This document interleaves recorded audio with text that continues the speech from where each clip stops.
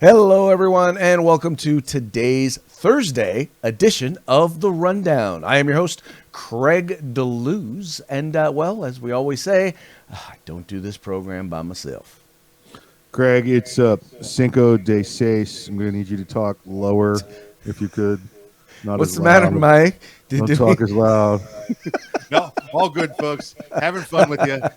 I am your co-host today, Mike Piwowarski, and welcome to Thursday's edition of The Rundown. So how was your Cinco de Mayo? Listen, until we started recording here, I wasn't sure if it was the Cinco de Mayo or Cinco de Seis, so we're good. I'm glad you called. Got me refocused. Refocus, like refocus.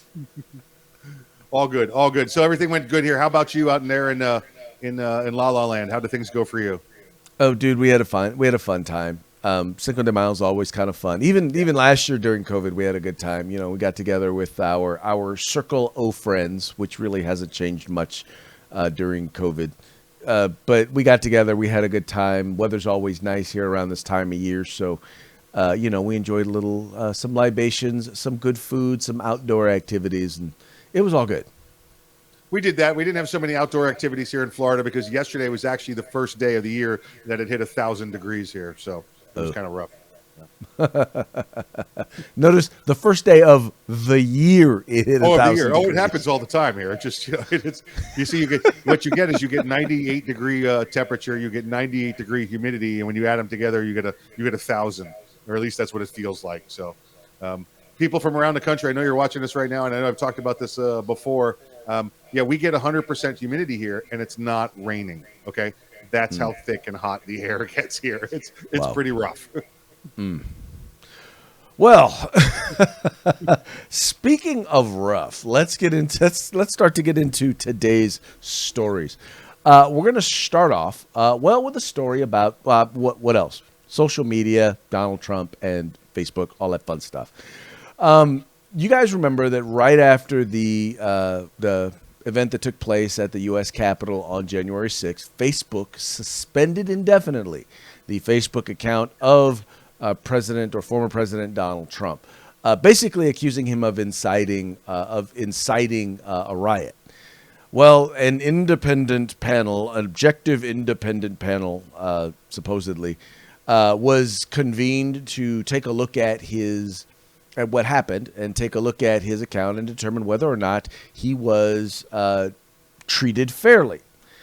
Well, interestingly, they came back with mixed results. Now, most of the media is saying that they upheld the decision to suspend Donald Trump. But Mike, what they're not telling you is that, number one, they pointed out that, this was inconsistent with their policies and was really pretty much a decision by one person, Mark Zuckerberg, that they didn't have a quote-unquote indefinite suspension policy before.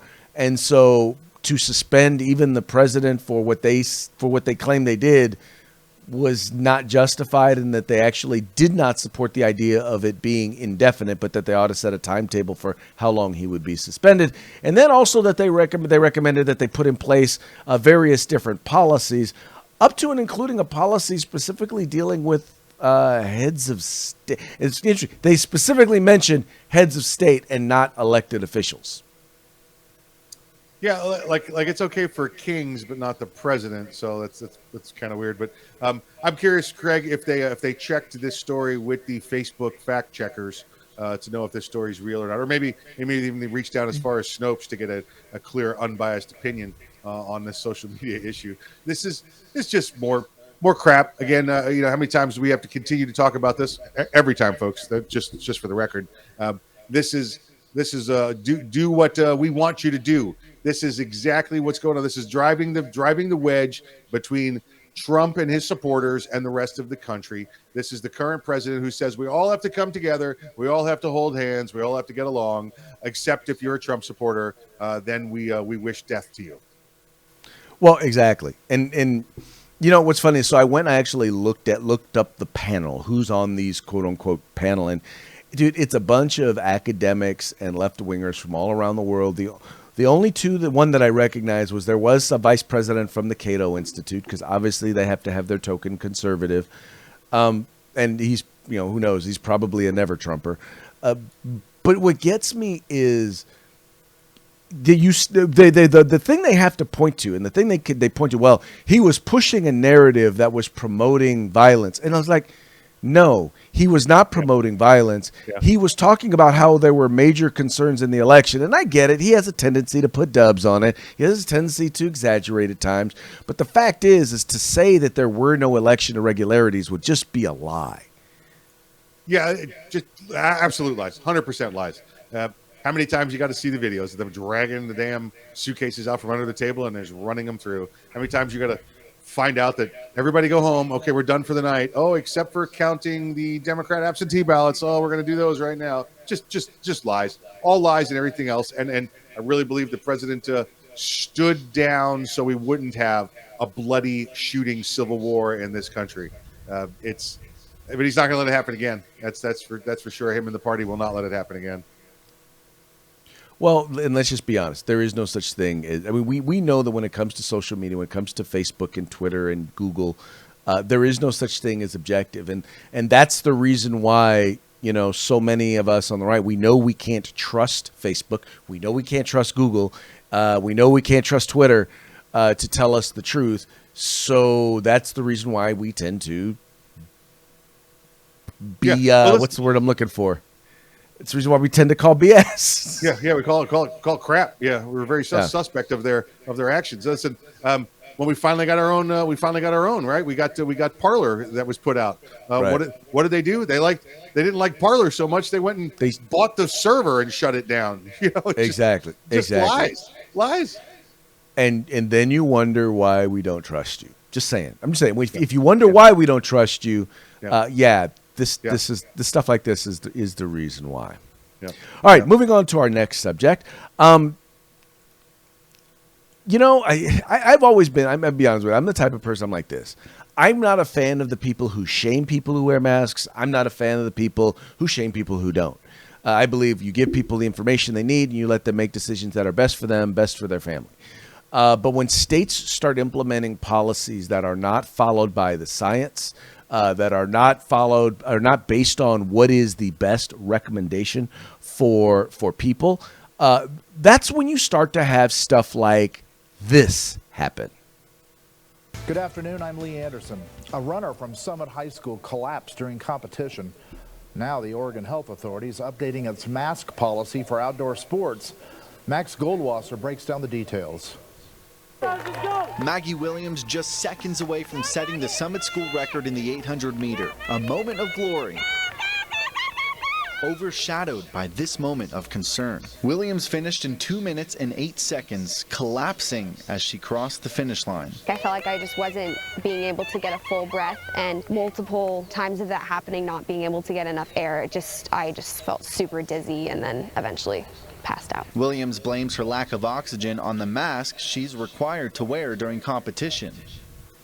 All right, so now, Mike, I will tell you, first of all, I've been wearing a mask. Our gym was requiring us to wear a mask when we work out, and I don't do cardio indoors. And I don't wear a mask when I do cardio. But we do have to wear a mask when we're lifting. And when I first would go in and wear a mask, the regular medical masks, dude, I was getting lightheaded because I was clearly breathing in carbon dioxide, not just oxygen. I clearly was not getting enough oxygen. I switched to a vented mask, which then allowed me to, all the hot air would blow out all the carbon dioxide. So I know exactly. And by the way, I used to run the 800 meters, and I've coached middle and long distance runners. And I can tell you right now, there is no way in hell I would let one of my athletes who is running, which is like a half-mile sprint, wear a mask like that is going to prevent them from being able to get the amount of oxygen they need for their body. That is just a bunch of crap.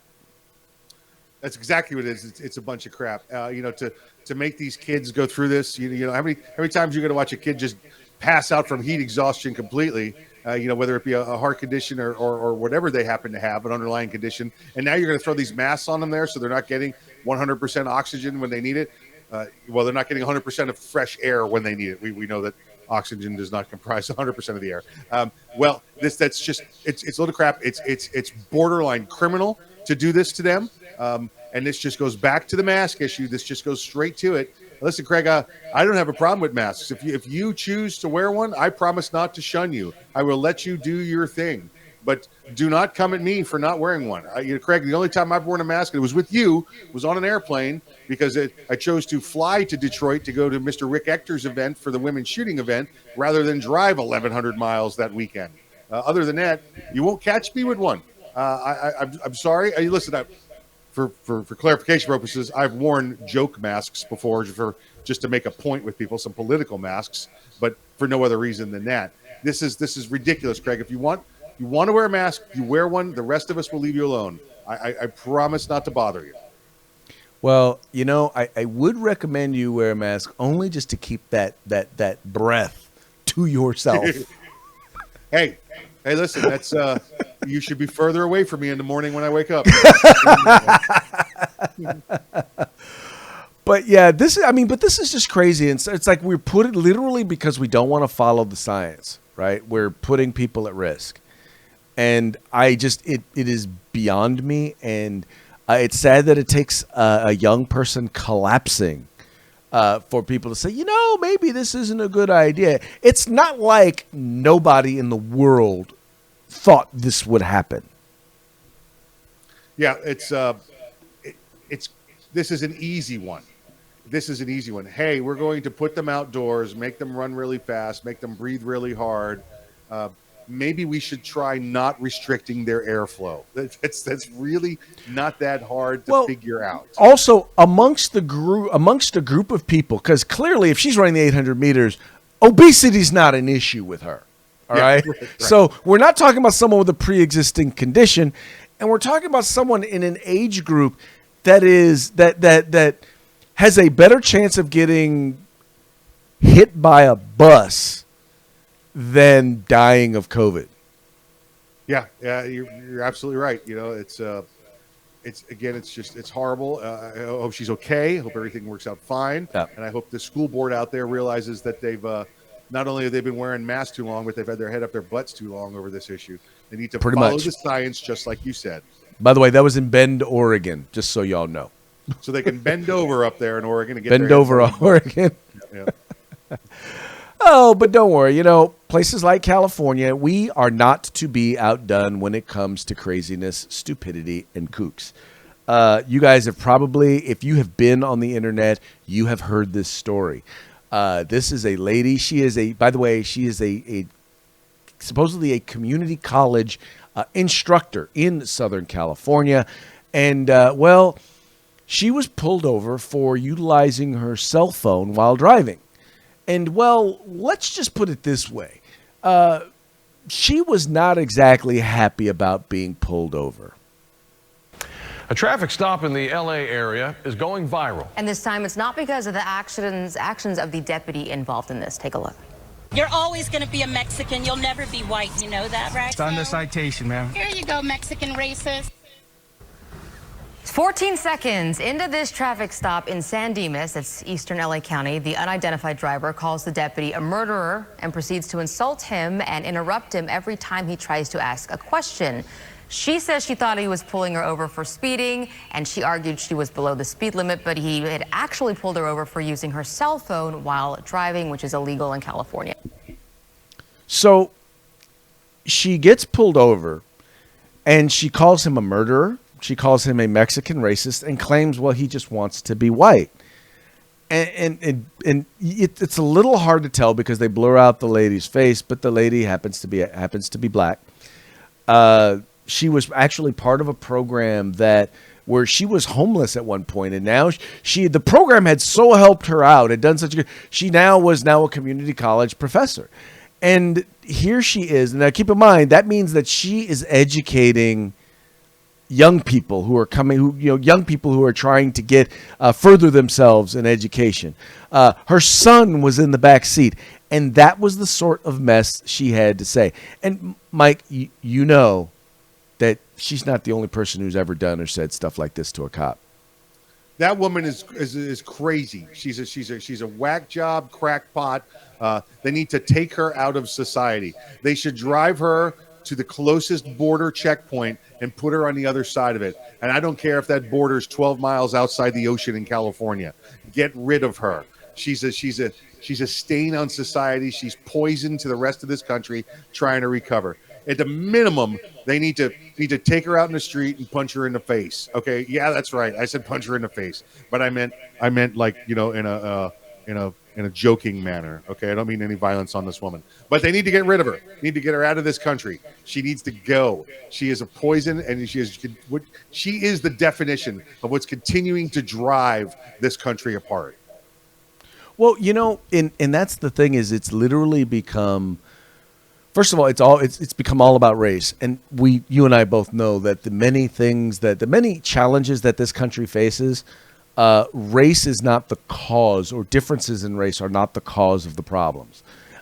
It's about, once again, the power dynamic and the fact that you have people who want to take from those who have, those who've earned, in order to give to the government, under the guise that the government is then going to give it to those who haven't earned it. But we all know that's not the way Marxist revolutions work. Marxist revolutions generally mean you tear down the entire system, and then those who are the strongest then take over. And it usually, despots are usually what come after Marxist revolutions, not liberty. Yeah. Listen, this speech that she has there, this is exactly what you expect out of the homeless crazy person on the corner talking to the squirrels. Right. This is the kind of stuff that we got. Maybe she didn't lose that part. I'm sorry, but I think that the police should have, every officer should have one a year that they can just do a deportation on. Okay, listen, you're my deportation one. You're going. You have to leave the country. And this one. But I'm a U.S. citizen. No, you've lost that right. I'm sorry, you've lost that one. You got to go. Yeah, you're out. You're out. You got to go. Listen, we just all took a vote. You have to go. We all took a vote. We voted you off the island. That's it. Yeah. We voted you out of the country. You're out. You're out. But dude, it is just ridiculous that there are people out there who think that what she said and how she said it, and literally the fact that, you know, it's not enough. See, you can't look at another person of color and just be like, okay, well, maybe they just think differently.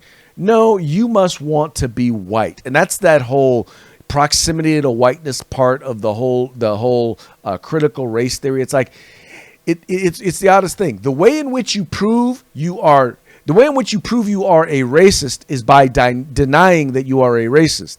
And if you happen to be a person of color who says, well, yeah, this isn't really a racist thing, well, no, you are either, number one, you are being oppressed and don't know what you're saying. You're so oppressed that you can't possibly have any idea what you're actually saying, or you just want to be white. Listen, if she had said any of this, Craig, any of this to somebody besides a police officer, they would have smacked her down in the street. If she had said this to the Pope would have smacked her. Okay. This is disrespect beyond disrespect.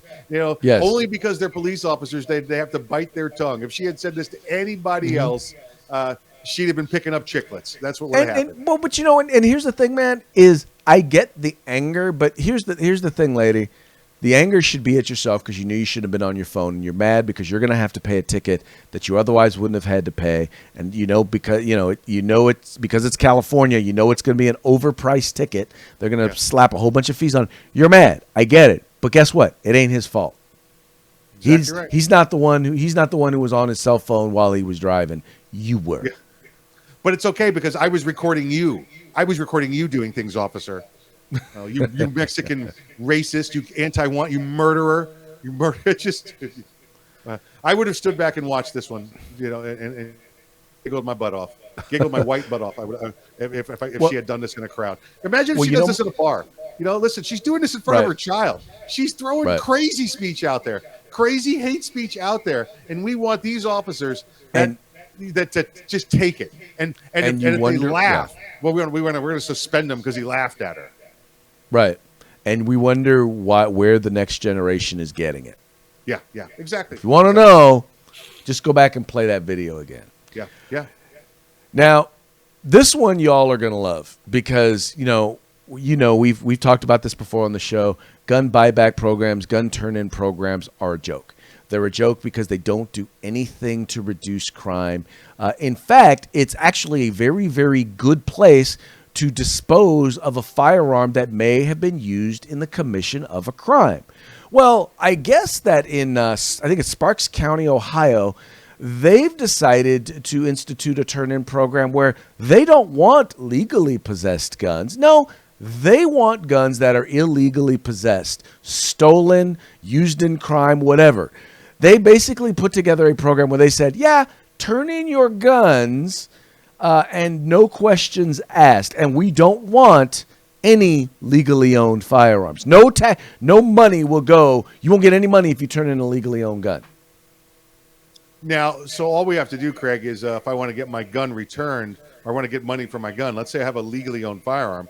So they're encouraging me now to scratch the serial number off of it and then take it to them. Is that what they want?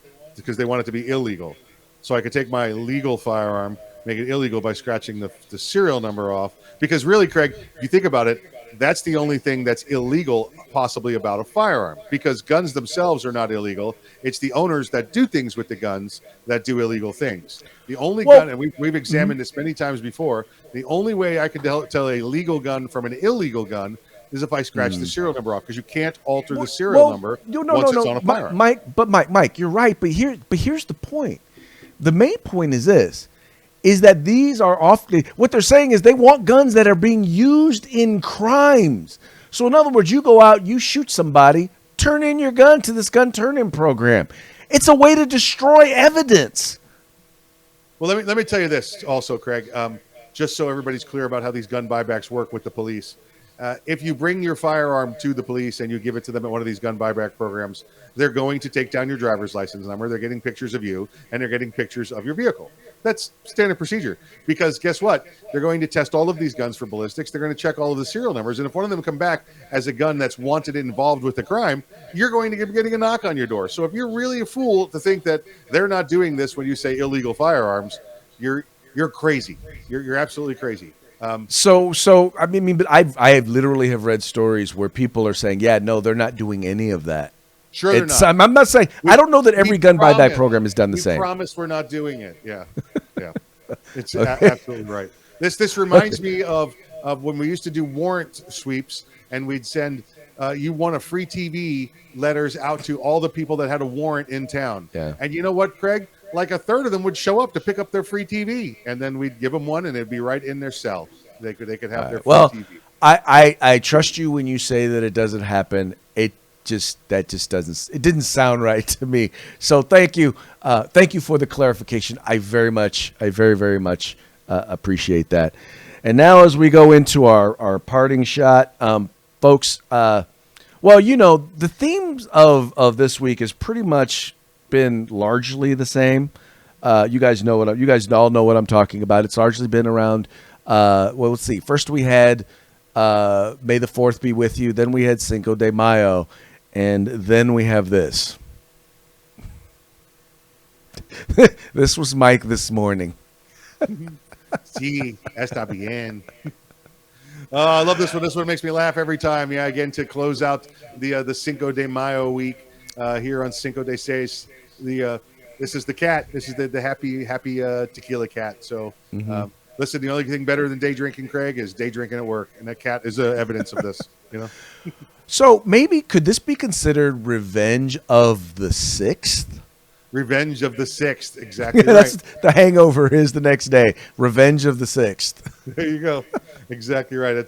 That's a good one. See, now tomorrow will be, let's see, the 7th. So I got to figure out if we can work in another Cinco de Mayo reference. We'll see how it goes. Yeah, we're glad you're all back with us. We're glad you all took the Ubers last night. We're glad nobody got the DUI, nobody got hurt. So, I mean, except your liver. That's, but what are you going to do? What are you going to do? Excellent. All right, folks. Well, hey, that's going to be it for this edition of The Rundown. Once again, as usual, we very much appreciate you tuning in. We appreciate you liking and sharing the program and subscribing, telling your friends, encouraging them to do the same. Like, share, subscribe, and we'll see you on Freaky Friday. Freaky Friday. Holla. Hello.